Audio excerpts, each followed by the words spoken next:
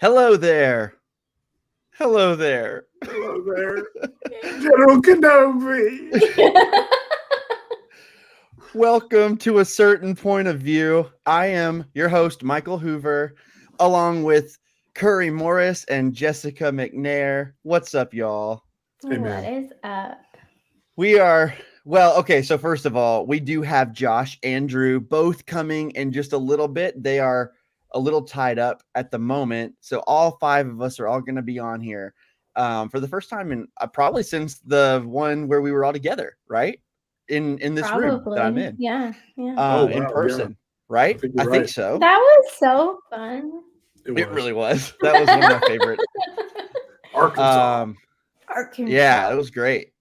And guys, if you've missed our posts about it, if you've missed our we've posted about it within our Facebook group and on our Twitter and Instagram and all that. This is our last episode as a podcast. This is our last episode as A Certain Point of View podcast, where we release everything in podcast form every week, where I edit it and all that stuff. And long story short, it's just the reason being is just because at this point, I have just felt pretty strongly for a little bit now that I have been distracted as a father and as a husband. This podcast is amazing. It's not that I'm not saying this podcast is like the greatest podcast ever, but this podcast is it's one of the bright spots in my life. Like, I've loved it so much. But the reality is that for this season of my life, we have a 8-month-old baby, and it's a hectic time. And I'm trying to grow my business more. I'm in a season where it needs to grow more for me. And I'm putting all of my creativity toward this podcast. I love it, but let's be honest, we're not making a penny off of this. And aside from all of that, it takes so much time for me. I calculated a good 10 to 12 hours a week, whether it's in prep or prepping for the episode that we're going to talk about, or editing or recording, or just spending time on Twitter and TikTok and all that. I calculated about 10 to 12 hours a week easily that I spend related to this podcast. And at this point in my life, I just really need to step back from it for a while. And I'm not saying forever. It might be, but we could pick it back up. It's just a matter of what the future holds. So that's where we're at, you guys. It's like, I hate starting this night off on such a sad note. I know that I talked to the crew a couple weeks ago about it, and they've been super cool. Everybody's been super cool and understanding, but it's gonna be hard. This is seriously one of my favorite things. But the good thing is that we will still be active on social media, at least to a degree. I won't be quite as active because that's one of the problems. So I won't be quite as active, but I will be active.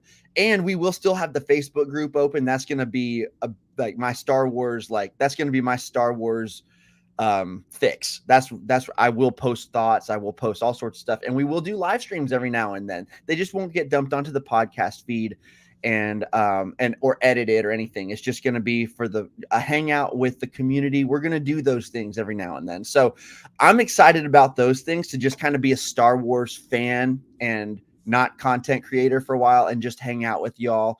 Our friendship between me and Curry and Jess and Josh and Drew, this is not ending. We are all great, and we still chat all the time in our text group, and we're going to continue to do that. We're going to continue to be admins in the Facebook group and all that. So I'm really excited for this future, even if it's a step back from a weekly podcast into a little more of a casual thing. But yeah, that's kind of an update on what's going on on A Certain Point of View. I know you guys I know it's hard, but Curry, Jess, how are y'all doing? My heart has been thrown into a pot of boiling tears. I'm doing okay. Except I don't know if you can see this right here. There's this invisible knife in my back that Michael put here. It stings a lot, but come on, man. Come on.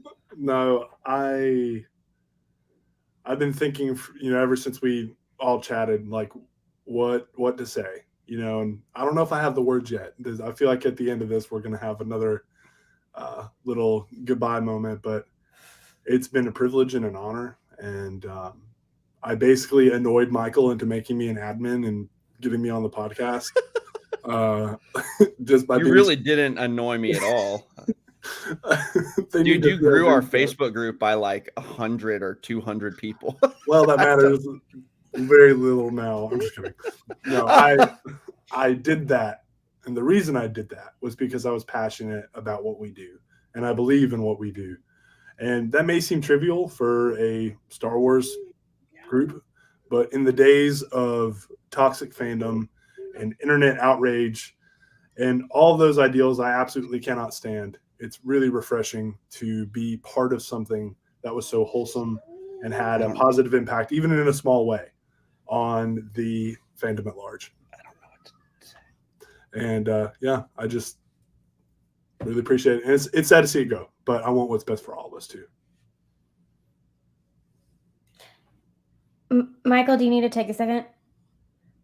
I'm sorry. I don't know what's going on. You're good, man. Really quick. Here, first of all, Drew is in the waiting room. I'm gonna wait to get him in there until I get back. But because Curry and I I want will to talk about. Yeah, you guys talk for a second. But I'm sorry. I'm sorry. Baby stuff. Okay. One second. Okay. I'm gonna take Michael out for a second while he does that. And we can go crazy. I should just add Drew in here. Drew, if you're listening, this is our time. You know what? I'm going to do it anyway. Drew, this is our time to talk about Godzilla right now. No, I'm in here. Don't remove me. Oh, Drew, your audio for you to learn. Drew, your audio sounds very bad. It's very muffled, so I'm taking you back out. Bye. Jess, this is your moment. What you want to talk about? Me? Yeah. I don't know. Have you What read those project are you the most excited about that's coming out?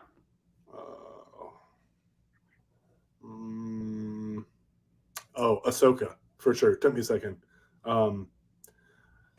For something new, definitely Ahsoka. Like seeing Hayden Christensen back again, like knowing it's going to be like a Rebel sequel.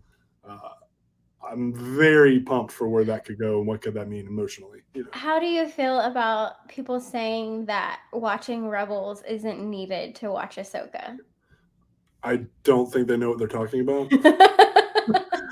I mean, I guess in the sense of Mando, like you can watch it, but it's infinitely better if, like you can watch it without it, but it's infinitely better if you have seen the previous content. Yeah, I just like, I don't know how they're gonna do it, and it'd be like you don't know who Ezra is, and you don't know who Thrawn is, and you don't know, like, you need that as your context, I feel like, for this series, but who knows? Yeah, for sure. What about you? Is that also yours? I think so, yeah. And I'm also really excited about Bad Batch. Oh yeah, of course. And Mando season. I'm excited for all of it. Like, Don't make me choose. And I'm excited for Andor, but I'm trying not to get too excited because I want it to be something that's like, ooh, I really like that, and I didn't expect that, and I really like it. Yeah, so keep the expectations. Kind of like, Rogue One was the movie nobody asked for, but we got it, and it's amazing. Right. So, yeah. Yeah, I hear you. So, Michael, I tried to add Drew so we could talk about Godzilla, but his mic went haywire, so I took him back out. I said no and used the Force. Yeah, okay. Messed up his. Just got mad at me. Good job, Jess. I'm just kidding. Let's try to add him back. All right. Drew. What's up? My throat's also really scratchy, so it just could be my throat. The whole time it was his throat. Dude, what's up? Not a lot. Just relaxing. I'm very tired. I just got back from eating dinner, if I'm being honest about why I was running late. You're good, man. Dude, it's all good, man. Glad to have you on. Yeah, for those who can't hear, Drew is now joining us, and I'm back from baby stuff. Baby stuff. Being Jess, the good daddy. Yeah, I'm trying. I'm trying. We got Ash in the comments. She says, "Hey, really quick. Yeah, hey, really quick, Drew. Your it sounds like your cell phone is right by your computer or something. It's doing that like it sounds like that. So maybe How about now? Boom. That was it. that's better. Yeah, that's what it sounded like. So I think I nailed it. Ash says, no. We feel the We're same gonna way. miss you. We're gonna miss you, Ash. Hey, but we'll still do some live streams, and you just have to make sure that you don't miss them. Yeah. I mean, she comes on the live streams anyway, so it's not like, you know. Okay, so before I had to go check out baby stuff, I know Curry was saying some really heartfelt stuff, and I was super distracted. Sounds about right. But hey, I just want to point out on the screen, I'm like in the top left now, which is the lead on StreamYard. You're the host. I have successfully taken over this podcast. Oh, demoted. Look at that. We're just going to keep doing that to each other. Two can play that game. Oh, no. Quit squishing screens. Oh, it's good. It's all good. Oh, how the I like it. turntables. Oh, you fixed it. I wasn't going to do it again, but okay, I'll take it. So, Curry, obviously, I don't want you to. I don't want you to. I like throw up from like the flashing lights of the screens changing. Curry, I don't want you to have to like repeat everything that you said. I heard like the first half of it, but what did you say near the end there when I was looking over this way? Oh gosh, I think the point I was trying to make was being a part of something in a day and age where fandom can be so toxic and so destructive and just so tiresome. Being a part of something that, no matter how small or how large, had a positive impact, a wholesome impact on the fandom is just a very special blessing I didn't think I would get. Man, I am very honored to have all of you guys as like admins in the group first, and then podcast hosts now. And it's been so much fun, and it's just so funny. Ben and I, when we started this podcast, we were like, is anybody listening to this thing? Probably not. And we first started recording episodes, talking into the ether. And we were like, I think at some point I was just like, we need to build a community around it somehow. And we just decided to go with the Facebook group. And because we've seen, like, we were big fans of the Outer Rim and what they were doing over there. Josh, wherever you are, come on. But we were big fans of that. So we were like, what if we did something like that? It might not get as big, and it hasn't, but what if we did something like that? And honestly, it's been fantastic. And then ever since then, we've also added obviously Instagram and TikTok and Twitter. And we've really just gained a great community around us, of whether they're listening to the podcast or just interacting with us on social media. It's been so much fun. And Ash says, and then I showed up and made it awesome, and now you're going. Yeah, I know. I'm sorry. We're not like completely going. Listen, yeah, it's definitely like it. We don't know. It's undetermined right now, but it could be forever, but it could just be for now, and we're just gonna wait and see. But definitely, like I said at the beginning, if you want to be a part of community with all of us, join our Facebook group. If you don't have Facebook, I don't know what to tell you, but the Facebook group is really great. We'll all be active in there, and so we can keep hanging out. We will do live streams every now and then in there. They just won't be edited and all that. But yeah, anyway, Jess, how are you doing with all this? Thoughts really quick. We don't want to spend too much time at the front end. I'm sad, but I feel like, like we all have lives and busy lives, and I know that there's a lot of things like personally that I'm working through that this gives me a little bit more time, just to like continually grow. I'm always doing stuff with like my mental health and that sort of thing. I want to get like physically healthy, but I also think it gives us a lot of room to grow as a community for like if we do come back at some point more consistently, then we'll have an even stronger community around us. And so I'm excited that we all decided to keep our socials going. You know, we did just change them. So if some of y'all are confused looking at it, we changed it to a certain point of view crew instead of podcast. So it's still going to be us, but it's just going to look a little different. And I think it's a perfect way for us to all kind of grow and learn kind of which little area of the Star Wars community we really like to get involved in. And you know, whoever wants to create content for that can, and we continue to grow this discussion. And so I don't see it as an ending, just like as a change and growth, and I'm excited to see what comes out of it. Yeah, I think that's a great way to put it. And like you said, we're going to still be on socials. We're going to still be hanging out. I'll be on there less because that's kind of the whole point, but I'll still be on. I think like I couldn't just like cut cold turkey. That would be stupid.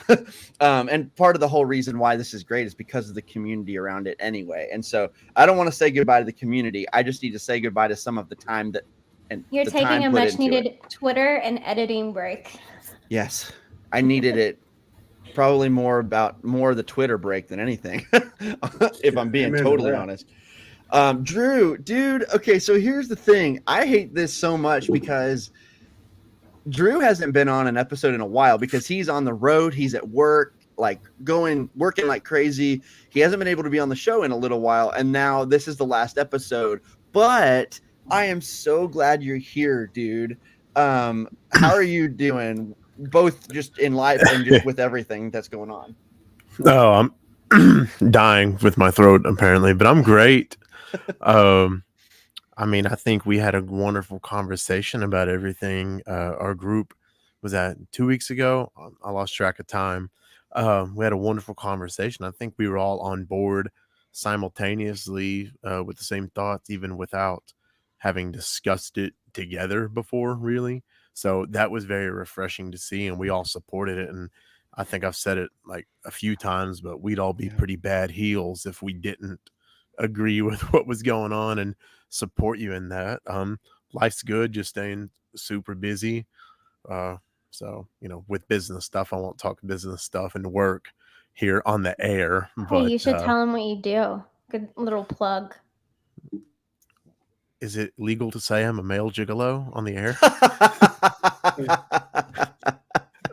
Thick Fortuna has returned. Yes, he has. No. Could you imagine if that was your actual like stripper name, Thick Fortuna? He's on the road working a lot. I mean, oh my gosh, amazing. Our family owns and operates a large traveling carnival. And I'm one of the obviously family members that helps run everything. So our schedule is insane. When most people are like chilling and relaxing at night, that's when we're open to the public. And like during the day, people are working, and I'm just like, hey, what's going on? Not a lot. Oh, I think I froze. No, I'm good. And our travel, so obviously internet's horrible. But no, we still found a way to make this work last year. But it was some pretty crazy times. I remember one time we recorded on a Sunday afternoon just because everyone else was randomly available and I could. But no, life's good. Business is business. It's busy right now, but it always is. So any given week, I've always got something insane going on or dealing with weird, specific problems that other people are like weirdly unfamiliar with. So that's just life there. But no, things are great. I'm just really glad to be sitting and chatting with my friends tonight. So also, a certain point of view fans out there, go to Drew's Carnival if you're in the area, and you can meet him in real life. Yeah, he's the real deal. He once gave me an ice cream thing. That's weird. So That's anyway, weirdly vague. Oh man, Drew, dude, seriously though, really glad to have you on. Really glad that you're here for this one. Josh is going to join us too. He is running late, but he will also be joining us. And but guys, we are not going to be able to go for 3 hours tonight. So let's get into some of what we're going to talk about tonight, and then we'll do a little more, mushy gushy stuff at the end. But let's talk some Star Wars, right? Let's do this. Let's do it. Okay, so really what we're going to talk about tonight, you guys, we're going to talk about the Obi-Wan Kenobi finale and kind of our thoughts on the show as a whole. And I heard Curry and Jess doing this a little bit earlier while they were stalling for me. But we could also talk about some of the things we're most excited about coming up and all that, and on Disney Plus or whatever. Let's talk about some of that stuff too. So why don't we just get started with the thoughts on the finale, and then we'll move into the overall show of Obi-Wan Kenobi. So I'll just start by saying this finale, but leading into the finale, I was super nervous, like, because the episode before the finale was fantastic, like the best of the season up to that point. But it did, and we'll talk about this more later, it did leave me in a place, even though it was amazing, where I was like, how are they going to wrap this up in one episode? What's going to happen? I'm kind of nervous. And the episode comes, the finale, and I got to say, y'all, this episode wrapped up the show so beautifully to me. I've noticed kind of a pattern. I think the Marvel shows on Disney Plus, with the exception of, in my opinion, WandaVision, a lot of the other finales of the Curry, shut up. A lot of the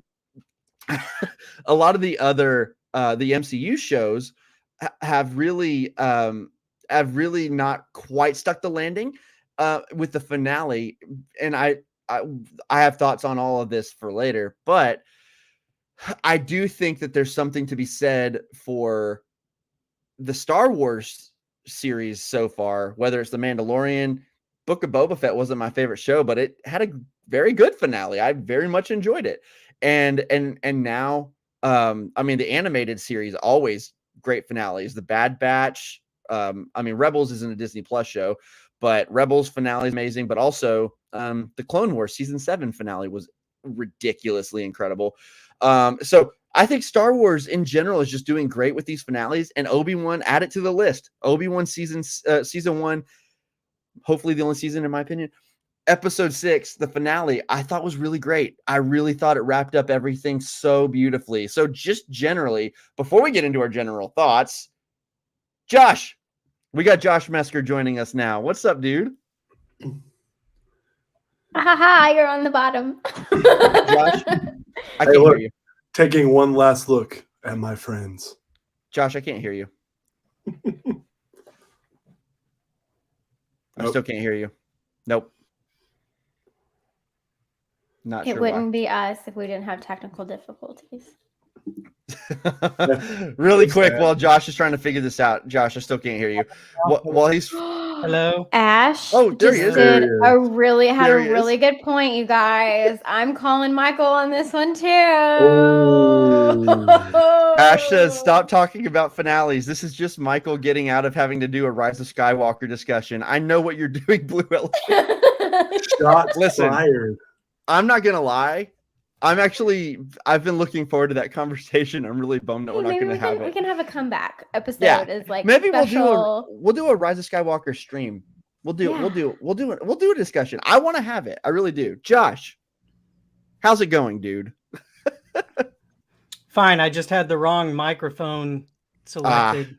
Yeah, So- there you go. We're not having any technical difficulties this time, are we? Like you can actually hear me and everything. Oh yeah, you is sound okay? great. It sounds great now. Yeah. Well, that's totally. a change. You are beautiful as always. We thought my microphone was messed up, but it was just a sore throat. No, it was your phone next to your microphone. Oh, it that was. too. It was So, the yeah. phone. So, Josh, we've kind of talked for a little bit about the, how this is the last episode and thoughts and feelings on it and all that. But we were starting our discussion on Obi-Wan. So, would you like to give thoughts and feelings first? You just want to save those for the end? No. No, I don't. No, I'll say this about Obi-Wan, and believe it or not, this is going to be briefer than I usually am. Yeah, I know. Watch Oh, this. so he literally doesn't want to talk about this being like the last one for a while. Oh, yeah.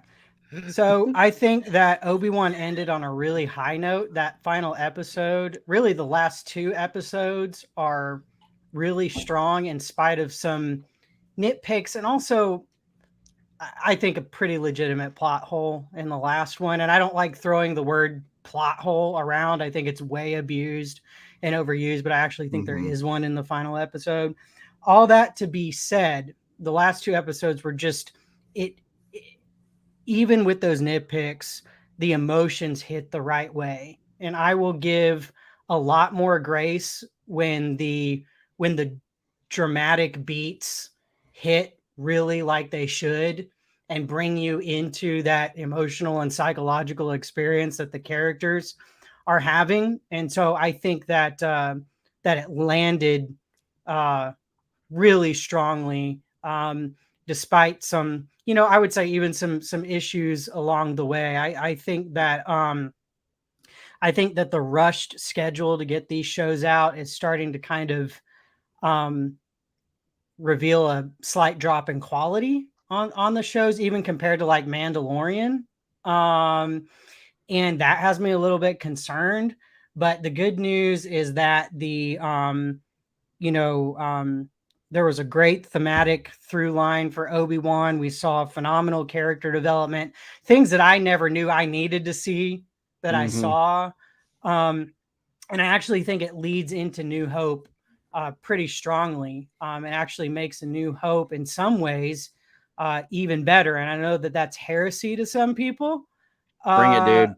But that's kind of the way it is for me. So overall, I think it's a good show. And we'll see if we get a season 2 that's more grounded on Tatooine with, Obi-Wan and Qui-Gon and some other things. I'd love to see that. But what I'm most looking forward to now, obviously, is Andor, because I think that that's going to have a very epic scope and feel to it, just based upon everything that we're reading. And they're using very little of the volume, for example, and huge set pieces, location shooting, all the kind of the bread and butter stuff that we really like about Star Wars. So I'm looking forward to that. And with that those are kind of my thoughts about the show and kind of moving forward, what I'm looking forward to. So yeah, man, I think you have a lot of great points on that, and honestly, I agree with a lot of them. I think the finale was a fantastic wrap up of the show. I think it really did tie up everything in a nice tidy bow for the vast majority of it. There's a few nitpicks, but it's really just for the show. I think anybody who has been listening to this podcast or watching our live streams knows I've been extremely positive on the show, especially from a thematic and emotional standpoint, and performances have been great across the board.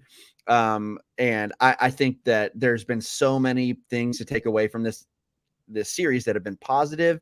And I think the stuff about it affecting negatively the canon of A New Hope and all that is extremely overstated and not even true in a lot of cases, and if not all of them.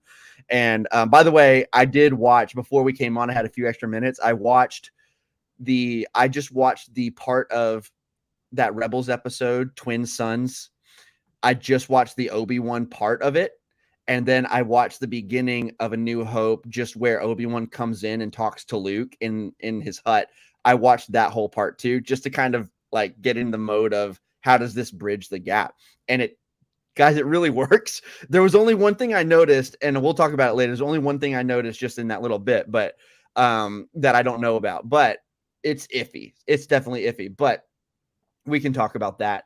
But man, I love this. I love this series. Definitely a few things to talk about that aren't like super positive, but let's go to Drew. But let's not harp. This is our final episode. We're not going to talk about nitpicks and stuff. Let's just have fun.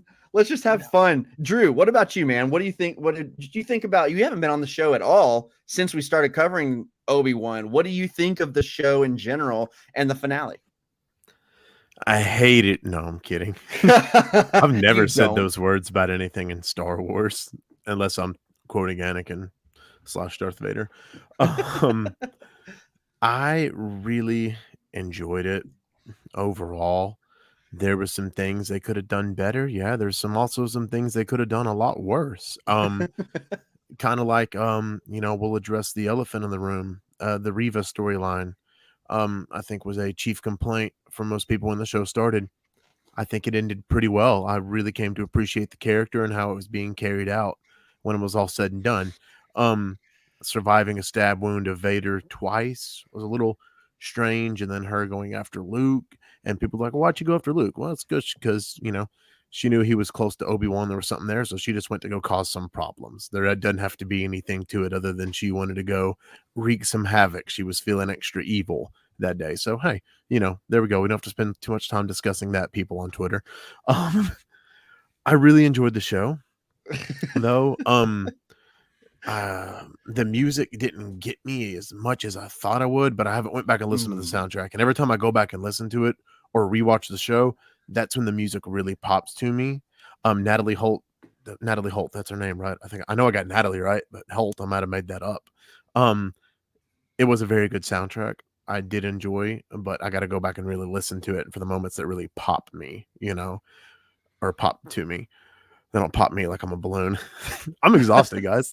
But I really enjoyed the show. I mean, obviously, Ewan McGregor, his acting was phenomenal. I thought he nailed not both. He nailed the serious moments, dialogue delivery, getting back into the character, how he interacted with the world and other characters, and also how he got back into the combat and his nonverbal, dialogue. Let's say nonverbal dialogue. I just made a new thing up in movies about how he showed things during the show, his pain, his loneliness, him cutting off his connection from the Force and then regrowing it.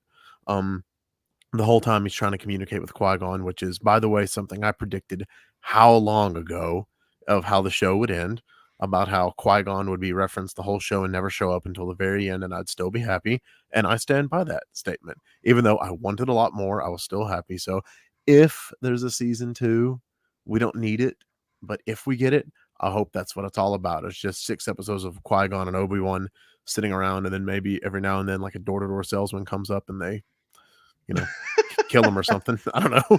But some Jawas show up trying to sell stuff. And his Force Ghost walks out. Trying to sell him some death sticks.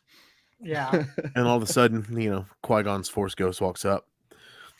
I have a very particular set of skills. I was hoping you would do that. So it turns into Taken 4 on Tatooine. Maybe we get to see Obi-Wan on death sticks. Hey, that'd be great. That would be so fun. And as far as projects I'm looking forward to, I'm going to go ahead and take my time to do that.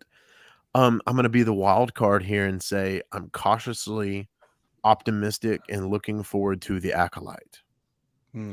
Just because there's been some, complaints about the show, about the one lady that's with the show. She's like, "Oh, I don't know anything about this or that." And I was like, "Oh." Now I know that doesn't mean the show is not going to suffer, obviously, because there's other people working on the show that do know about things. And as long as she's still carrying out a creative vision as the director, the lore and other things can be filled in, because I think The Acolyte has the best potential to really bring forth some great legends, storylines, and characters, going back, Bane, who is canon now, but I think The Acolyte show would directly lead back to Darth Bane nice and naturally, even if he still looks like Shredder from Ninja Turtles. I'm cool with it. But it would lead very naturally back to Darth Bane, which would lead back to Darth Revan, which would lead back to Bastila and Satele Shan, who would be a perfect casting for Millie Bobby Brown in Star Wars. And I'm now relinquishing the microphone. Boom. Drew, I love it, dude. I love it. Quick point. I think probably too, since The Acolyte does tie into the latter years of the High Republic era, I'm sure that the High Republic story group that came together is probably advising on The Acolyte too, and they've put together some great stories that I'm slowly moving through, not as fast as I wanted to. And we'll see Yoda in it possibly. Yeah, a different stage of Yoda. You know, we've seen young creepy puppet Yoda who was then replaced with CG Yoda. Then we've seen puppet Yoda again and then again. Well, I think what my favorite thing about the Light of the Jedi is the first High Republic novel. That's honestly, I've started the second one, but that's the one I've read all the way through. What's amazing about that one is that we see the Jedi at the height of their, like, of what they're really meant to be, you know. And I think that's one of the great things about it, especially at the beginning with the great disaster and all that. Absolutely incredible. But I think we can see Yoda at a time where he was maybe a little more, a little less, a little more optimistic and a little more pessimistic, or a little less pessimistic. But then again, never mind, because I think a lot of crap happens in the later books. So maybe he's already going to be really down about the Jedi and all that stuff. So yeah, it's just really interesting thinking about Yoda and all that. But I'm excited for that show too. I just haven't heard anything about it for a long time, so it's a little bit out of my conscious, you know. Okay, let's go Curry. What have you been thinking? What do you think of the show overall? I know we've talked about it a lot. You liked it, but finale wise, what were your thoughts on all of that? Yeah, I love the show overall. I think when watching the finale, it did dawn on me a couple of times, like, maybe this isn't everything it could have been, but it's everything I needed it to be, if that makes sense. There you go. I like that. Yeah. And I think my expectations were really high. And then, you know, throughout, I just kind of learned to temper it, because when you look for the good, there's a lot of good to be had. In the finale, it's probably my favorite episode of the season. Okay, I want to be careful saying that. I might need to think about that further. But yeah, I thought it was a really strong finale. I think Josh hit several points on kind of like we feel similarly in the nitpicks and the potential plot hole that he described, that Drew kind of, I think, hit on too. I think it's the same thing he's talking about. Tied things together really nicely. It may not be the same thing he's talking about, but it's not a big deal. We don't have to focus on negatives. You know, it tied things together really nicely. I was being a little cheap in the fact that I was very excited for the rematch of the century, Obi-Wan and Vader. And while they didn't use my preferred visual style of shooting a lightsaber duel, I thought the fight was still like handled really well, choreographed really well, pretty epic. And I got that same giddy feeling I do when I watched the prequels as a kid. And of course, the emotional fallout from it that came afterwards was like the best part, right? You know, the whole idea that Obi-Wan shattered the mask and broke through to Anakin, and that whole dialogue that happens. And you think about the fact that Ahsoka did the same thing, but the other side of the mask. And at the end of Return of the Jedi, Luke is the one who gets the mask fully off. And that, it's poetry. It rhymes, right? I love it so much. It's so good. And knowing that it was Hayden under that mask for several shots, but especially in that moment, it completed something for me in Star Wars. I think Josh said that I didn't know I needed, but I'm so glad that we have it now. And while not everything landed the way it should, the Reva storyline, I think, needed a lot more work to be executed better. So many things that I never thought would happen, like the Obi-Wan and Leia relationship. I thought it tied together so well, particularly the scene when Obi-Wan just kind of encourages her at the end on, you know, how she's like her parents, and knowing that they have that kind of relationship. Rewatching A New Hope will make it so much better for me in the future. So very, very, very good. Yeah. That's awesome. And yeah, like I said, we can talk just briefly later about the little qualms or whatever. We don't spend too long on it, but I definitely, that fight, man, and I want to get into that more in detail as well. But dude, it was every bit as emotionally powerful for me, just on less of a budget. Like it was just, it looked, the Mustafar fight is just everything visually. Like it's insane.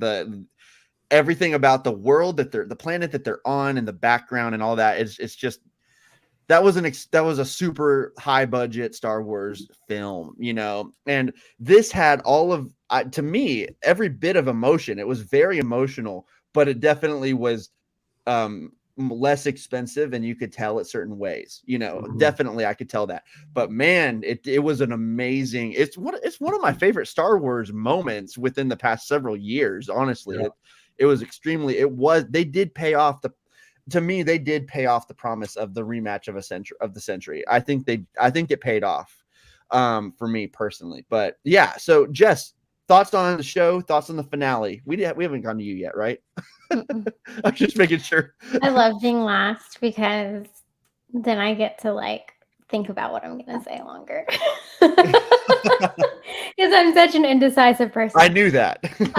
Yeah, it's great because I'm like, okay, they said this, and then I can say this, you know. It's great. I really, really love the show. I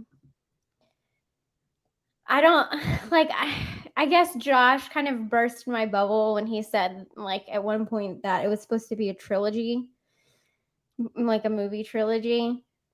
And that makes me so sad because that would have been so good. But I'm happy with what we got. I have watched A New Hope, like not since the finale, but before that I watched A New Hope. And even with what I had watched of Obi-Wan, this show, to me, it made A New Hope, which is my favorite Star Wars movie, even better, which didn't think that could happen because I love it so much already. There's so many things that I've noticed in it that I'm just like, oh, that's so cool. Like they clearly watched this movie and we're like, what are little lines that we can pull out of this, you know, and create a larger storyline around it, you know? And so I love that. I love how they were able to be creative and with something that could totally mess up the storyline, and they didn't. And I think they handled it really well. I know a lot of people disagree with me on that, but I personally think they handled it in the canon of everything really well. This scene with, which you guys have already talked about, but the scene with Anakin, Darth Vader, Obi-Wan, that battle scene is so good. Like I cried. You know, and to me, like him saying like you didn't kill Anakin Skywalker, I did, was more of like him absolving Obi-Wan of his guilt, like move on with your life type of thing. Like don't feel, to me that's how I kind of took it. Like I killed him, you didn't kill him, you know? And I don't know, to me that was Anakin coming out in a sense saying like you didn't kill me, you know? And I don't know. That was just done so well, and it really mirrors and made me think of the battle between him and Ahsoka, and how she says Anakin, and he's like, you know, sorry if I'm rooting for this for you, Josh, because I don't think you watched Rebels yet, but how she don't says, remind people. Thank you. Sorry. Throw you under the bus. No. That's fine. But how he said, you know, Anakin Skywalker is dead or something to that line, and she said, then I will kill you, and he says that's not the Jedi way, and that's where we get the big quote, well, I am no Jedi, like I will revenge him. And it's just so interesting to kind of see like now his master's take on that, you know. Like we've been able to see in the animated version like his Padawan realizing who he is and struggling with that and dealing with that. And I loved being able to see that Obi-Wan's take on realizing who he is and calling him Darth when he leaves was like so good, because that's what he calls him in A New Hope. And I don't know, I really enjoyed this series. I enjoyed Reva's character. I wish that they could have done a little bit more work with her storyline to make it, I think, flow a little bit better and be a little bit better. I think she could have even been like more of a badass character. Even though I think she was really great, like I just think it could have been fleshed out a little bit more. And it would have, her storyline would have, I think, had a greater impact. But I still think that she was incredible, and I don't know. I liked how at the end she decided not to be who Vader was. And I think they did a really good job portraying that internal struggle in her where she wants revenge. She wants to hurt Obi-Wan because, you know, in her mind, he failed her and he wasn't there. So she wanted to hurt Obi-Wan and kill Luke. But doesn't. And I think that's a very powerful moment. Yeah, Jess, I think you're right on. I think I like how you said, like, we like the character of Reva. I think she turned out to be a compelling character, but I do think that I did feel like there was some missing in her story that just didn't. It made us have to do a little bit of mental gymnastics to figure out her motivations at times, and good storytelling shouldn't make you do that. And so I think that's my biggest problem with the character. But her performance was great, especially like as the episodes progressed, we really saw her character. We learned more about her character, and all of a sudden her performances earlier made more sense. And her performances from that point on were just super powerful. I think of like even back in the third episode where Vader first appears. Well, Vader first appears where we see him like wreak havoc on that village. But that scene, one of my favorite moments of the series for Reva is that moment where she sees the path symbol or the Jedi symbol and the path symbol on that wall, and she sees the names of all these Jedi that have survived, that are and Force users that have survived, who are trying to survive all of this. And that moment where I think she realized, I think in that moment she got so mad and so furious. And I think it was because she was like, I was left for dead. How are these people? I'm so mad that these people have hope, basically. And her performance in that moment was so good, and I felt her motivation there. I just wish the rest of her story could have been told that clearly, you know, because that's not me doing mental gymnastics. That's just them showing and not telling, and I love that. But I think for certain areas of her story, we did have to do a little bit. And I think there's a little bit too of so many people jumping the gun and being like, how does she know Anakin's Vader? And how does she? And it's like, guys, like, watch the freaking story. Slow down. Like, what happened to not having answers in episode 1 of a show? Like, man, that's if Lost would have come out today. But I mean, that's literally what watching a show is. At least I thought it was about not knowing the story and what is going to happen. We know unfold, Obi-Wan from A to B, so we have this middle part, and they tried to give us stuff that we didn't know what was going to happen, and people just flipped out and were like, and I'm like, let the story play out. And that's where binging has ruined people. Yeah. There's downsides there's good side to binging. It's great. Who doesn't love to binge Netflix or whatever? Oh, yeah. It's great. But there's definitely downsides to it for sure. And I think, it's binging, but then I also think it's just internet fandom culture. At least like the negative sides of it, that is always quick to criticize first instead of showing patience, and instead of being like, if a question comes up that doesn't make sense, instead of going, that's interesting, I wonder how that's going to play out, let's see, there's automatic just dismissal. This is crap, I can't believe this, the writing is horrible. And then what you end up doing is you end up basically just ruining the rest of the experience that you're going to have.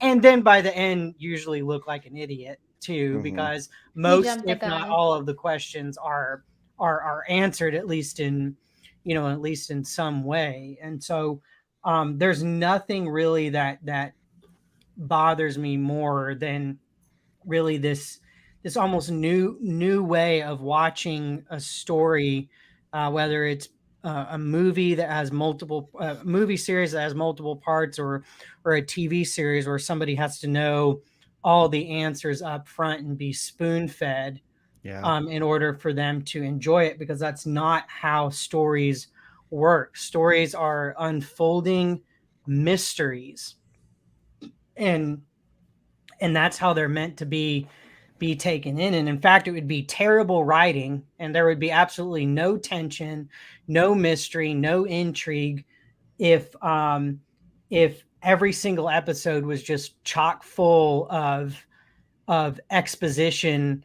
explaining every last detail that a person could possibly think of. That's not how creative storytelling works. It's never worked like that. And so the expectation there is super unrealistic. I don't even see how anybody with that expectation likes movies or TV shows at all, frankly. Yep. Because it just doesn't compute with me. So, and I don't, honestly, if they got what they wanted with that, they would be even just as unhappy or more unhappy. They'd be like, this show is giving us nothing. It's so boring. We could guess what was going to happen. I'm sorry, but it's better to have a show keep you guessing and be like, oh, that's this. Or like, it's so annoying to figure out stuff. I like mystery. I liked in my mind being like, it made me feel like seeing the sequel trilogy for the first time, going, who's this and what are they doing and how do they know this? And, you know, like, I loved the concept of thinking like, who is this girl? How does she know? That's how I approached it. And I just think, sorry, I'm getting on a soapbox, but I just think it's ridiculous to be mad about that, because it's like, that's what we watch television and movies and read books. Have you never read a freaking book? Like, you are not supposed to know the end before you like start reading it. Like, it's just because I know these people will never be happy. They are never going to be happy no matter what. Star Wars, Lucasfilm, Disney, Kathleen Kennedy, you know, anybody give them, they're never going to be happy with it. Even if Kathleen Kennedy was gone, they still would not be happy with it. And I just am at I thought she got fired. And I'm just like at the point where I'm like, I really don't care anymore. The contract was renewed. Yeah, I'm just like, I don't care anymore. You people will never be happy. And I don't care. Yeah. Like, I wash my hands of this. Yeah. And also just, and John, Michael, I know you don't want us to harp on this for too long, but I just want to say, to kind of further Josh and Jess's point, when you have creative storytelling unfolding as a mystery, usually when you look back, there's breadcrumbs, there's clues given at the very beginning. And I remember talking with each one of you after episodes 1 and 2 premiered. It's like, because we all even said, how does she know that Anakin is Vader? Like, it wasn't necessarily a concern, but in the sense of like, oh, that'll be an interesting answer. They have to address that. Mm-hmm. And I said in my personal review, and I said to you guys, oh, I bet she's the youngling that the opening shot literally focuses on. Like, that would make sense. It hasn't tied to anything else. That's my theory for now, and that'd be really cool if they did that. And guess what? That's what happened. But just because I guess what happened based on the clues given doesn't mean it's ruined for me. It just means I used my brain to criticize something that I wasn't sure about, and then it paid off later on. That's how it works. Sometimes it's just they present a question that we're meant to be asking at this moment in the story, and they're going to answer it later. Like The Mandalorian, we find out that Din Djarin never takes off his helmet, and it's like, wait, Mandalorians take off their helmets. We know that. What's going on? Did Dave Filoni forget his own canon? No, he didn't forget his own freaking canon. Those shows mean the world to him. He's telling a story. And I said that from the beginning. And look, you just watch the story and they're a cult. It's like people forget time has gone by. Things have changed. The Mandalorian religion could have gotten twisted, or it could be a cult. Like, guys, have some creativity. Calm down and just watch the show. And but you know what I get called? A Disney shill for that. And you know what? I'm gladly gonna say fine. I am, even though Disney's not paying me a dime, but whatever. Jess's name in our group chat is Jess the Shill. Just a little behind the curtain there. And speaking of canon, there was we touched on this a little bit. There was so many complaints that this was breaking canon or ruining canon, or that it's not needed, and A New Hope is like conflicted now, and like there's all these retcons happening. And sure, there's retcons. Do not pretend like that's never happened before. And there's also all these complaints that it's like lessening what came before or what comes ahead in the story. A lot, and I personally, in my own personal circle, and like things I observed, where a lot of the criticism that people like me and others, I fully admit, gave the sequels, that type of criticism of like it's lessening what came before. It's doing this, it's doing that, and we're concerned about it. And those of us who've really tried to engage with that and like make it better for ourselves to not, join the fandom menace. Those people who defended the sequels in that way are not being consistent with Obi-Wan Kenobi, and it drives me nuts. They're willing to do it for the sequels, but they're not willing to do it here, and it ticks me off, man. And and I'm willing to admit that, like, hey, I was like that way with the sequels, and I can defend that in certain instances. But there's also other areas where I'm like, hey, yeah, I get it. I'm okay with that now, right? Yeah. It just grinds my gears that if you're going to criticize someone for how they approach something, don't then just turn around and act the same way because you don't like it. Right. That's my soapbox. I love these soapboxes. These are great. This is what people listen to this podcast for. Let's be honest. Drew, I know like this stuff, like lore and canon, all that stuff is super. Like when I think about Star Wars, I come here for the characters. I come here for ultimately like emotional, thematic story and all that stuff. That's ultimately, I think everyone comes here for that. But ultimately the lore stuff is cool, but it's not what I come for. I think that like particularly Curry and Drew, you guys particularly on this podcast, you guys really you really care a lot about that stuff, much like more than me. At least you keep up with it more than me too. And so I'm curious to know, Drew, like, what did you think of all that, the retconning and all that stuff? What's your take on all that stuff for the show? So let me preface by saying that when the young Leia casting was announced, I was a little set back because I was like, what's really the point of a Leia? I said, yeah, having her in the show would be cool. Maybe showing what they're up to at that age, because they announced the young Luke. And I said, well, it makes sense. If you're going to show what Luke's up to, maybe we can go journey over and see what she's up to. I did not expect Obi-Wan and Leia's paths to cross. Sorry, I had a hiccup or something going on here. I'm dying. Once you remember. Dude. I did not anticipate their paths to cross. And I had this discussion on Discord with somebody. I said, I'm going to be very nervous if they meet because it has the potential to introduce problems. However, I will wait and see what happens. Which is a very fair thing to do, Drew. Those were about my exact words. And then when the show rolls out and they have the little young Leia who is just perfection. She's amazing. Oh my gosh. And it rolls out and they interact on the story. I said, I really... More like my grandfather. More like grandfather. So I loved her so much. Yes. Are you supposed to be scary? That's not a Jedi name. She was so incredible. So I was like, okay, they're going to cross paths, and that's kind of where the show's going. You could tell that based on how the story is progressing and how many episodes they announced. I said, okay, and they really did a great job with it. I don't think anything that happened in this show breaks any sacred rules of lore or canon. The only thing that partially happened was, Reva, and and this is more of a joking thing here, because they assumed she was dead. So did she go to Inquisitor tryouts? Did she apply for the job on LinkedIn? I want to talk about that too. Yeah. Okay, if Vader knew the whole time, why did he let her be an Inquisitor? I think it was just to prove a point because he's Vader, I can't think about that too hard. I'll get frustrated. And that's just kind of funny. That's funny to me, but the story worked out in the end, and I was okay with it. Could they continue her story and make it beneficial? Yeah. Would it hurt lore canon? No. Is anything that happened in the show harmful to lore canon?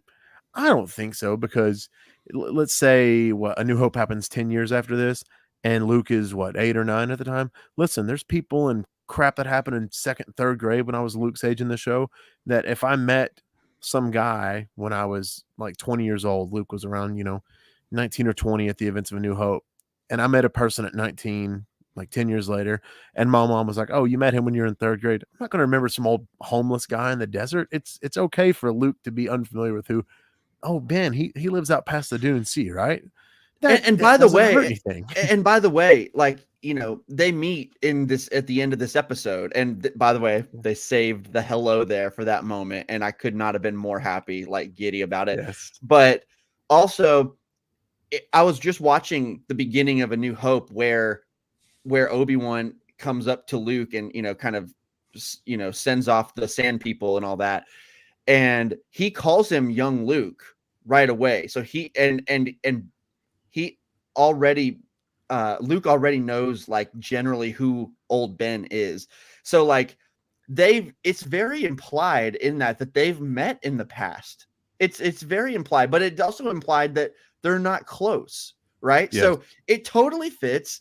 This doesn't take mental gymnastics to do. It's not stretching it at all. And that's what all of these things have been. Like, I think that they took a lot of they had a lot of things that they could have dropped the ball on with this stuff, and they didn't. And I was so happy, because look, I'm not a big, like I said earlier, lore is not my first concern. Like, canon, all that stuff, it's important. I know, I recognize why it's important, but it's also like, it's also just, for me, I just want good story ultimately at the end of the day. Let the record show they paid a lore.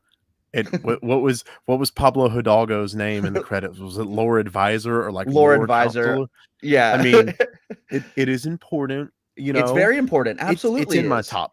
It's in my top 5 of things that I come to for Star Wars. Like the overall lore. Am I going to compare everything to Legends? No, because I've not read everything in Legends, and I was so young when a lot of that was out. I read a lot, but then, not everything. Obviously, there's a lot out there, and there's a lot of things to keep up with. I'm vaguely familiar with this and that, but as far as I'm concerned, yes, Curry and I would be the two of the keepers of lore here. I would agree. Yeah, totally. Or lore advisors. I'm coming for your titles now. Lore I think Jess seekers? is interested. Are I we think Jess lore- is interested. Yeah. Lore seekers? No? Okay. We definitely have a lore. We have a lore seeker within the not circle. Drew. Wrong. Who is not me. It's not me. You can listen Okay, to we'll finally admit in this final episode episode that you are not Lore Seeker. Listen here, for those of you in the chat, okay? Go look up Star Wars Lore Seeker on YouTube and listen to his voice. Then look up Monster Island Lore Seeker. It's same brand, 2 different people. It's amazing how he puts that effect on his voice to change it. It's so cool. Yes. Oscar worthy.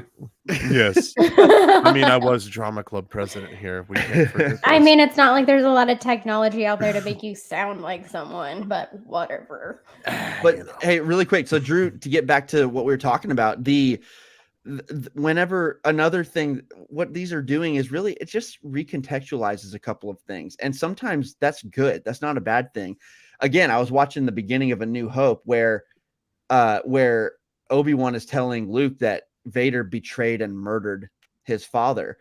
This scene where Obi-Wan and Anakin are talking, where he's like, I killed Anakin Skywalker. I killed him. Literally what he said, Luke. That's what he said. And it's literally like, that was a powerful moment of closure for Ben, where he was like, I'm not the one that's going to be able to save you. If you can be saved, it's not going to be me. So I accept that you are not the Anakin anymore that I have known. So he calls him Darth. And then later on in A New Hope, he says, Vader betrayed and murdered your father. That's exactly what happened. So it recontextualizes it, makes it work. Can I say something to that? Because I thought about this while watching it, and I wanted to save it for this. And it is strangely poetic that conversation happens. It gives context to what Obi-Wan means when he says Vader murdered your father. And then later on, Obi-Wan says to Luke, "What I told you was true from a certain point of view." And how perfect that scene ties to that scene on the final episode of a certain point of view podcast. How poetic is that? And not only that, Crying. but when he says what I told you was true from a certain point of view, that point of view was Anakin's. Yeah. Mm-hmm. It wasn't even Obi-Wan's point of view. It was Anakin's point of Yeah. We have come like, full this is just circle, what he told y'all. me. Yeah, We have come just what he full told me. circle. And man, that's just, I live for that kind of stuff. I love that, and I think it's one of the stronger things about the series and those moments, that whole fight, not only the emotions of it, but the dialogue that's shared. I know that some have said, oh, Anakin was too far gone at that point. He would never admit to Obi-Wan that he that it wasn't you, Obi-Wan, it was me. I killed Anakin.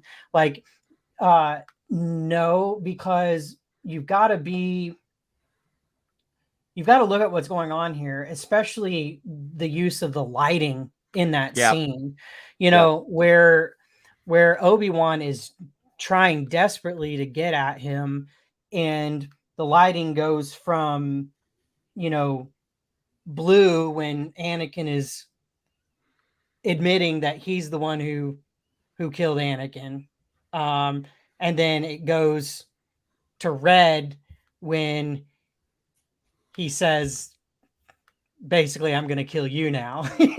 And so the visual storytelling there, I mean, there's kind of a rule, and it's not followed all the time, but generally, like with movies and TV shows as a medium, they say,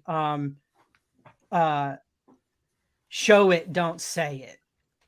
If you can show it powerfully with like visual imagery and tell the story visually without saying much, that can actually be more powerful than dialogue can. Yeah. And so that's really the rule there. And so what they did here is they used both, and it told a complete story. So, I promise Anakin was not trying to make Obi-Wan feel better. No, he wasn't. I agree. He was simply, Obi-Wan was reaching out to Anakin, and that sliver of Anakin that was still there at that time, which we're informed through the lighting that occurred, basically confesses. It's a confession. Okay. And I take it as a confession.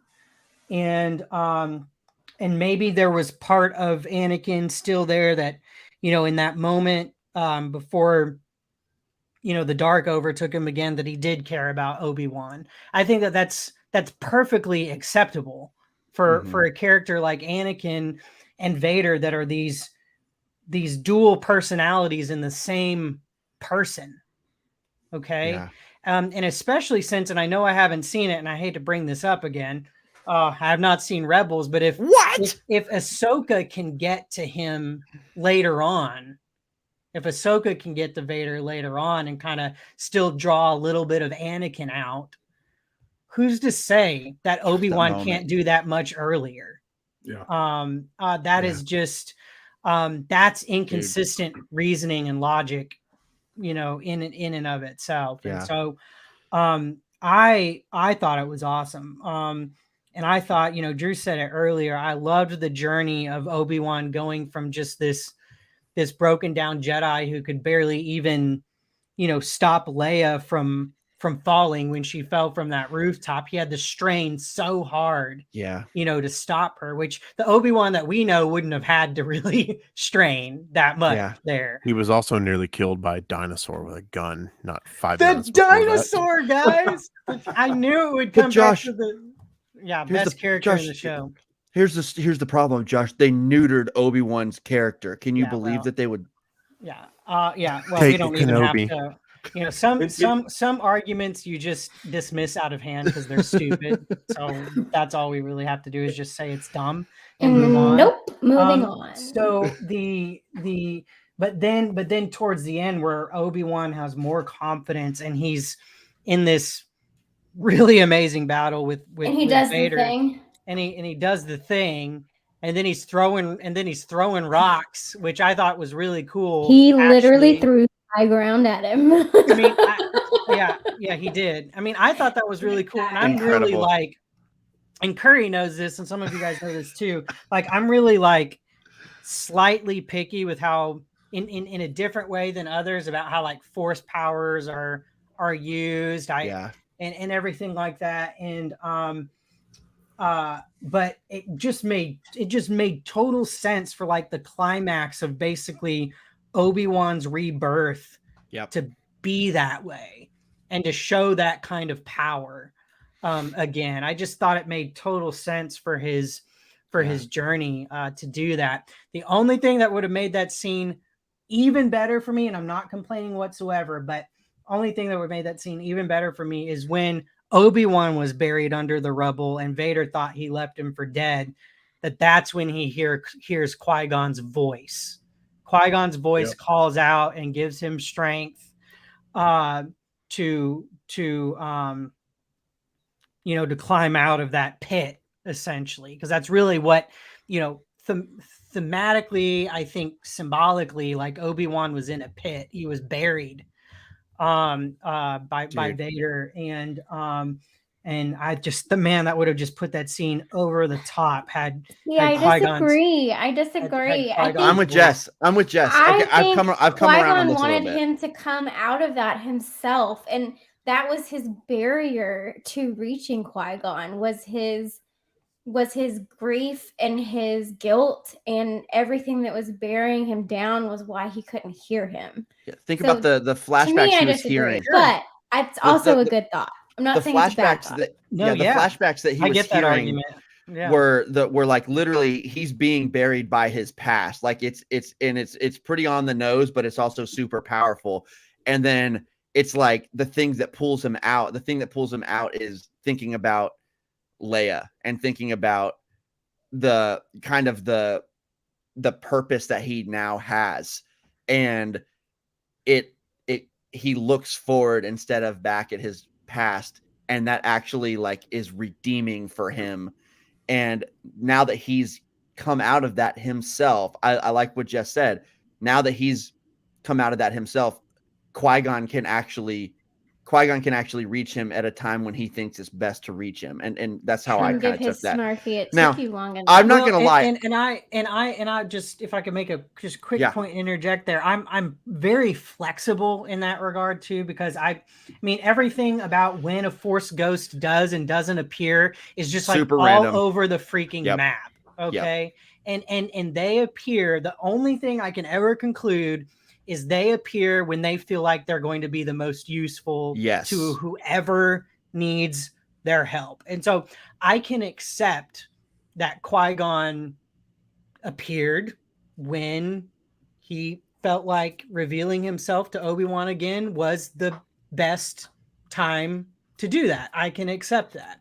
I'm saying just from like the emotional experience within that scene, and the emotions that were just kind of building on top of each other, I probably would have just been like, I probably would have been brought to just absolute baby tears, in a moment like that. And so, but I 100% get it, and I accept it. And some of it, and this is just outside the confine. This is just a comment outside of the confines of the story. So I'm separating that really quick to just say this.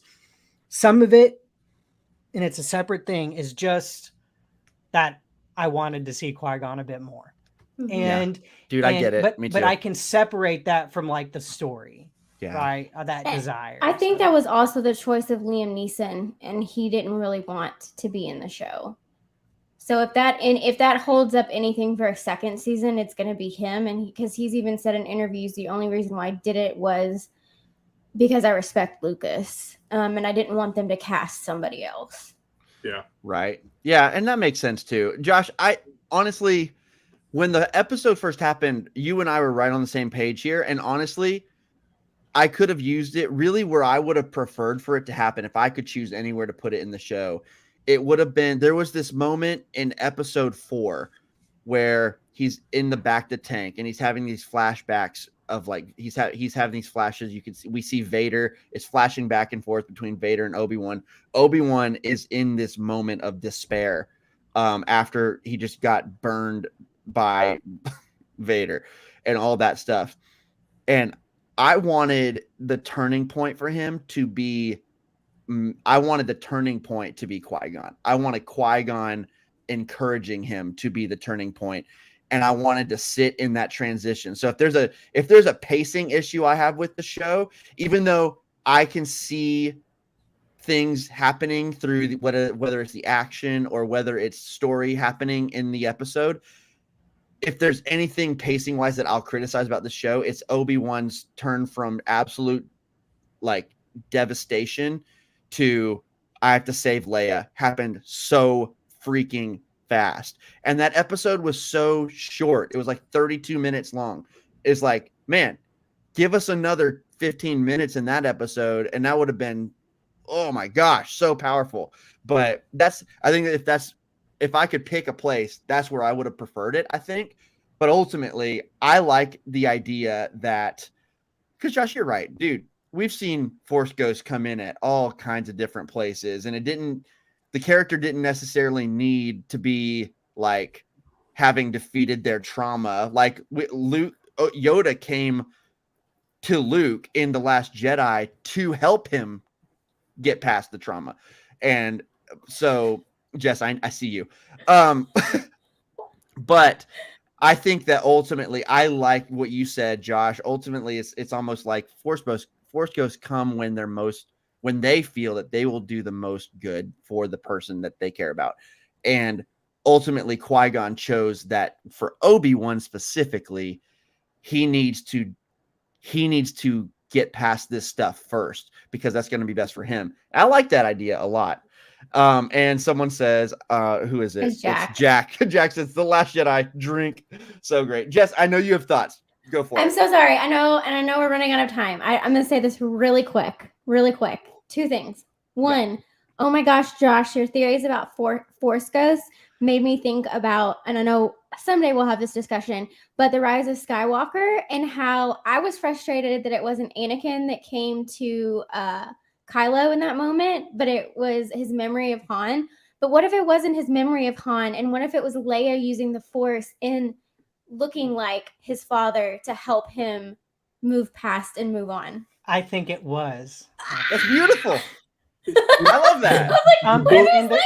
And the reason why I think it was is because how that entire sequence plays out visually and how the editing is very intentional there with Leia's death and then you see Han and everything too. So I actually think you're 100% on point. I think that's what we're supposed to conclude. And I like that so much better than even it being Anakin, because it makes so much sense for his mother to do that and to be like, here's your father. I'm going to come in that image in a sense through the Force. The novelization pretty strongly implies that when Leia reached out to Ben and like says his name, that she pulled the deepest, sweetest memory with the Force of Han and sort of, I don't want to say brought it to life, but kind of like personified it for him to see. Not that it's like her like portraying Han, but she brought that out with him. You know what I mean? Yeah. Y'all are about to make me cry. I love it so much. And this show made me love Leia even more. And I didn't even think I could love Leia more, but I'm just like, oh my gosh, it makes Leia just like, oh.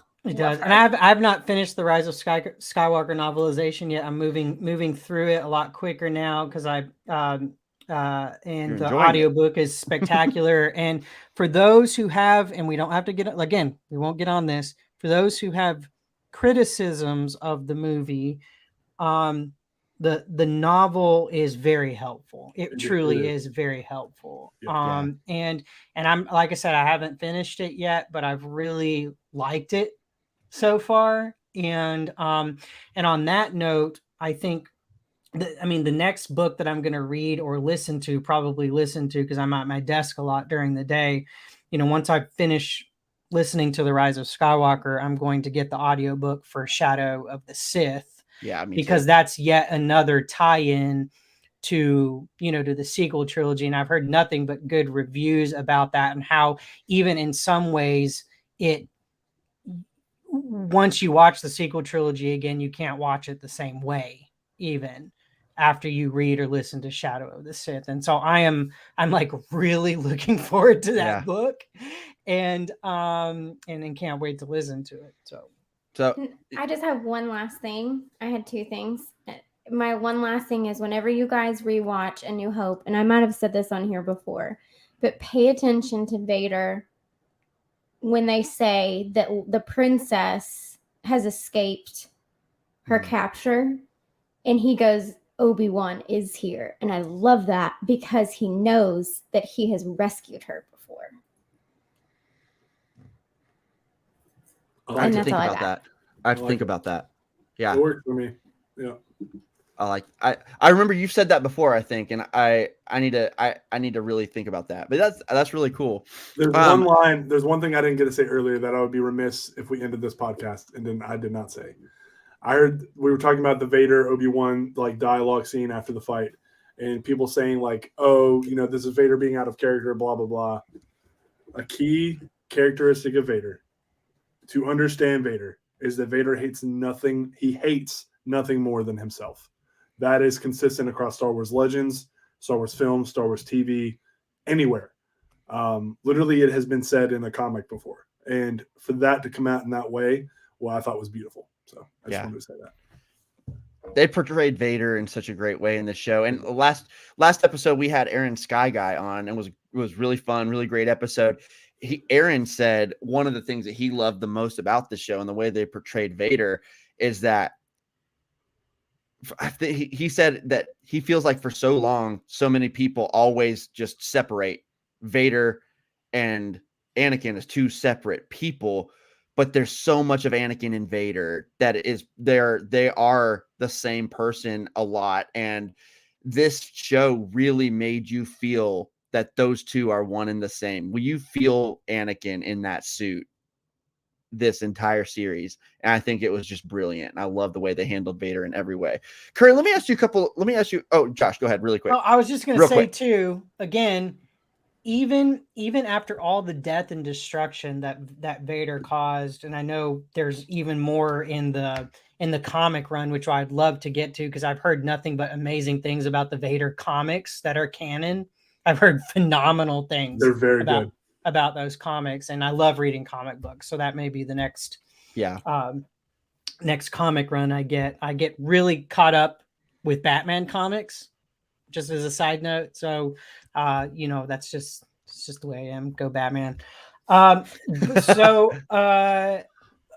I just even after all the death and destruction that Vader caused and all the evil, like even once we get to Return of the Jedi, Luke is saying, I feel the good in you, and the conflict and all of that. Like, Luke is pulling it back out of him, again, even after all that. So all you can really conclude is, at one point, because Vader didn't have the people in his life calling out to him and trying to draw that out of him, he was basically completely gone.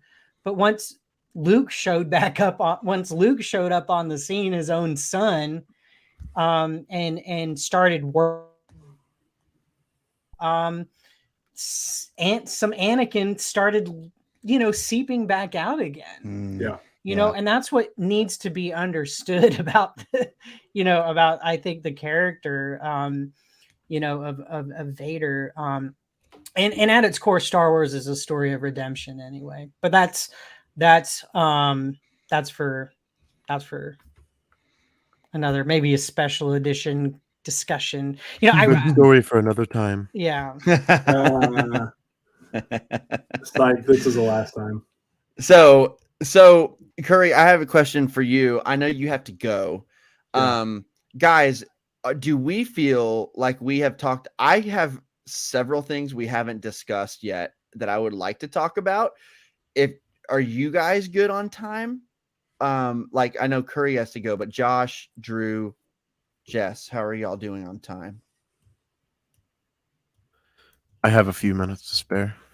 Okay. I have a few minutes to spare, but I will probably mute while I eat like a very late dinner. Okay. So I will have it on mute here and there, and you'll see me eating like some dinner. So Cool. because I haven't eaten much. I was out doing I really yard just work. want to talk about our favorite moments of Obi-Wan, because of the final episode, because we've talked about the episode some for sure, but I really want to get like what is the moment when you think about, or even when you think about Obi-Wan as a show, what's the moment that you're thinking about that will endure in your mind about whether it's the show or just this episode? I think that would be nice to just kind of end and get a little closure on the show. But I know, but we may have even unintentionally or naturally stumbled upon it when we were all just kind of talking about True. that moment. I know I didn't yet. We all kind of seem, in agreement that final confrontation with Vader and Obi-Wan and the dialogue that's exchanged there is kind of the okay. Yeah. Is and always will be probably the standout of the entire series. Here, let me say this. Let me say this. This is what this is one thing I'll say, and then we can just kind of work toward the end of the episode instead of doing that.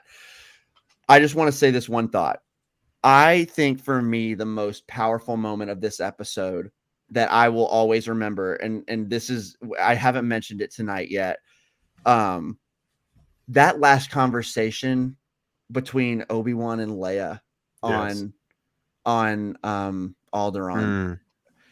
It as awesome as that duel was, as emotional as that duel was, as awesome as Uncle Owen and Aunt Beru, as incredible as they were, and all that badass stuff. Beru. Yes, badass Beru and Owen. I love both of them so much in this, and that we didn't love them before. Let's be honest. Who really loved them before?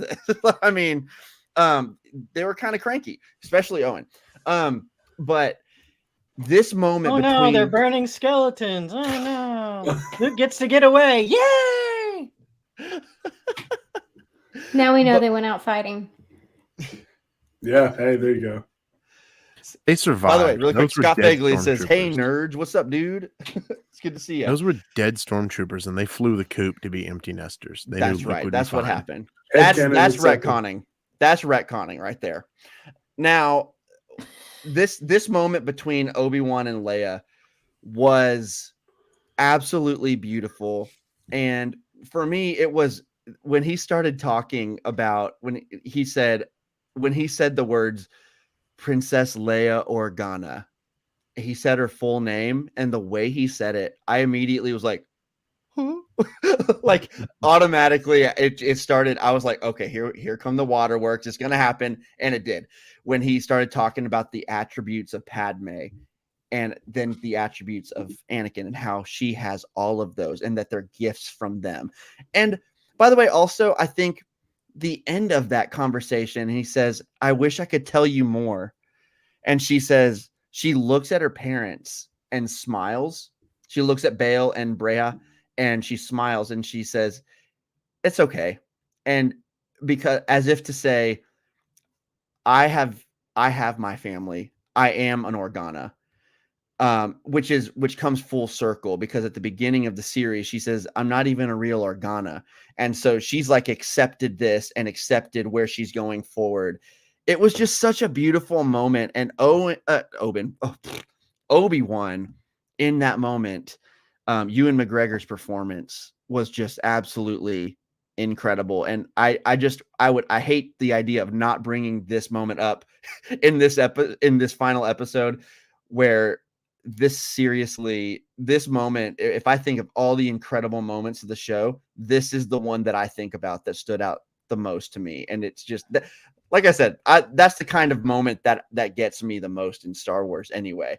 And so the quieter moments, the conversations where people are transforming, or the conclusion of emotional arcs for people, the Yoda and Luke conversation in The Last Jedi. Take a drink. That conversation what is one of my all-time favorite moments in Star Wars. And that is not an action moment. That is just simply a former master and Padawan talking to each other, looking at the past burning, and it's just absolutely beautiful. And so anyway, any thoughts on that really quick, and then we'll get going. But I know, Curry, we have to play that video. I feel like you said it really well. I mean, all my thoughts on it, I just think it was really beautiful moment. It was a great end scene, and yeah, I think it was Fulcrum. What's up, y'all? Fantastic. Yeah, I totally agree. Yeah, Fulcrum says awesome scene. It was a great ending to a great series. Guys, I'm gonna miss you guys. Once we start back up eventually at some point, I really want to have y'all on the show. Fulcrum, they're great. Wait, really quick, who says that? Is that Jack? Yeah, Jack says The Last Jedi again. Jeez. Yes. Sorry, I mean, Jack. Listen, we've only mentioned it like twice. Come on, we're doing pretty good. Yeah. Me and Josh are both on. Yeah, I'm holding back. Okay. Yeah. Just, this is restraint in mercy. Okay. This is what? Yeah, What's it's been more like 4 times. I don't think so. Okay, well, that's fine. Whatever. Yeah, I mean, I think, Michael and I, we love the action. Like, one thing that, some of you may agree too, like, love the action of Star Wars. The explosions, the lightsaber battles, the space fights. Amazing. They're great. All of that. Like, that's a great part of Star Wars. That's the spectacle. But if that's all Star Wars was, it wouldn't be special to me, actually. Star Wars is special to me because of the characters and the storytelling and those things that like ground it in like emotional reality is what draws me to Star Wars, and the mythology of it too, which in my opinion is separate from lore. Lore is important. Lore is all those like details, and I've never felt like I had to get all those straight. And I know some people do, same. and I love that about them. That's why we have lore experts and everything like that. But it's the mythology and the characters and the storytelling between those characters and what they experience and how they grow. Is what draws me to Star Wars and what makes it what makes it special to me. And so I think that Leia scene at the end with Obi-Wan's a great example of that. I mean, that's another moment where we see Obi-Wan truly laughing for the first time. Too. Oh my gosh. He's kind of come out on the other end, and she makes him laugh. Like it's like a legit laugh. And we hadn't seen that, the whole, we hadn't seen that the whole series. Really quick, I think another standout scene is the scene at the blast door between Obi-Wan and Reva. Yes. I think that scene is just ridiculously good. And it's a testament to when the writing is tightened like it should be and honing in on those characters' experiences and giving the actors something that they can really delve deep into and like pull out of themselves for these moments. That's what you get. You get a scene like that between Reva and Obi-Wan at the blast doors, and that's when the twist with Reva occurs too, and she really comes into her own. And Curry and others mentioned already that we were already kind of thinking, oh, she's probably a youngling, from Order 66, but we didn't know for sure yet. And that she ended up being one was such a neat twist for her. And so I wanted to mention that scene at the blast doors in episode 5. Yeah. As well as like one of my favorites. Yeah. Awesome. Y'all, this is we could do this forever, honestly. Obviously, y'all, we know this. How many 3-hour episodes have we done at this point? But a lot. Yeah, we've done a lot, but we can't do it tonight, unfortunately. Guys, we're gonna wrap this up, and I just want to thank you guys from the bottom of my heart. Like, you guys were already admins in the Facebook group. You answered the call to, I didn't think all of you would do it. And like, I love kind of over time we've had the rotation going. You know, at one point I was like, I don't think all 5 of them could do it every week. That's kind of a lot to ask. And so it kind of just worked itself out to where like 1 or 2 of you could do it with me every week. And it was just this great little rotation, and it worked itself out seamlessly. But you guys have become, you know, admins in the group and then co-hosts. And now ultimately you guys are just like some of my best friends. And it's just, this podcast is just really, we're stopping doing recording and editing episodes every week and all that right now for a while at least. But I'm so thankful that our friendship will definitely continue, like, and obviously we're going to continue, like I mentioned earlier, we're going to continue in the Facebook group and all that, and we will do live streams now and then as well. But I just wanted to say you guys are the best, and thank you so much for coming on this with me. It's been really fun. It's been so fun and such a pleasure. And this is not an end. It's just a new beginning. Beautiful. Thank you for the privilege. Yes. Of course. Curry, I'm glad we agree on everything. I will always love you and your opinions, however trash they may be. Wow. You want to end like that? Drew, dude, thank you so much. Do you have, you haven't spoken in a little bit. Do you have any final thoughts before we get out of here? And we have one thing to play also before we go. This will not be the last podcast. The rebellion lives on. Yeah. Love it. How about that? What movie was that from? Why don't you tell me? I'll give you the honor. That was from The Last Jedi. Everyone take a drink. Yes, it was. So, and if you didn't know that, you were a fake fan. You're a fake fan. And by the way, for the last time, to all the Facebook commenters, I will watch Rebels. Okay? I don't believe you for anymore. the last time, dear Lord. And we'll come on here and do a live stream just to talk about it. Oh, we will. Dude, we will do that. Absolutely. That warrants a really long live stream. So, okay, guys, before we get out of here, Curry did make a video, and really, obviously for our audio listeners, you're not going to be able to see it. We'll put it up on our social medias. Yeah, we'll put it up there. That's a great idea, Jess. We'll put it up on our social media, and then, but we will also you'll be able to hear the audio too. The audio will be enough. Yeah. So you'll be able to get the gist of it. But if this we is could something have a video Curry to put up on our socials, that'd be cool too. I just, you know, one thing I'm big on is like utilizing your talents and gifts to best communicate who you are. And we've made so many memories, and I wanted to have some kind of representation of that in a way that I express myself, and that's through video. And yeah, it's not long, less than a minute. Michael, you know, as it ends, it'll automatically switch back to us. I always have this fear that people cut my videos off too early. So forgive me for saying that, but just wanted to let you know. But yeah, Michael, whatever you want to say to get it ready or whatever. Let's just see it. I'm very curious. Yeah, all right, here we go. Can I say one thing? Please, yeah. Before you end it, just as kind of a conclusion. Yeah. Guys, this has been seriously. Aww. Y'all have We gotten love you through too. a lot with COVID, and you know, in some ways, I'm gonna be careful how I nuance this. I'm thankful for what the pandemic has given me and you guys as friends, and I'm glad that we made this happen. And Yeah, man. this has been something I'll never forget. And we're gonna keep a tradition of visiting each other. I love you. I love y'all. We love you. We'll always be with you. No one's ever really gone.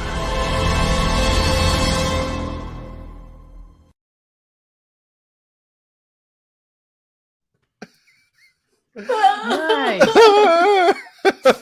Dude, So good. From me to you. I love you guys. that's so We love good. you too, Curry. Oh my gosh, I That's love actually it so the perfect length to tweet out and put on the Facebook page Yeah. and the Instagram and everything. Like, you won't even have to edit anything. You can just yeah, load that it's great. sucker up.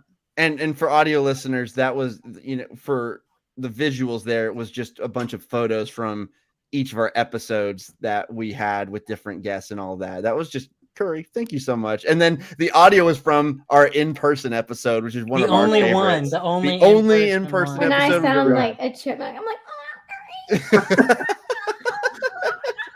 I tried to do like video clips, but it was a lot of video to download, and that was every single live stream that we have ever done. I love That it. was a screenshot from every single one that I could find anyway. Yeah, Love it. dude. Well So done. good. Thank you. Thank you so much, dude, for that. That means a lot. And thank you guys for whoever is still in the chat. Thank y'all for sticking around. I know we had Jack tonight. We had let me turn this back on. We had Jack tonight. We had Scott in there. I don't know if he's still in there, but we had Scott. We had Jesse Call. We had let's see. I know we did at some point have Fulcrum. We had Ash.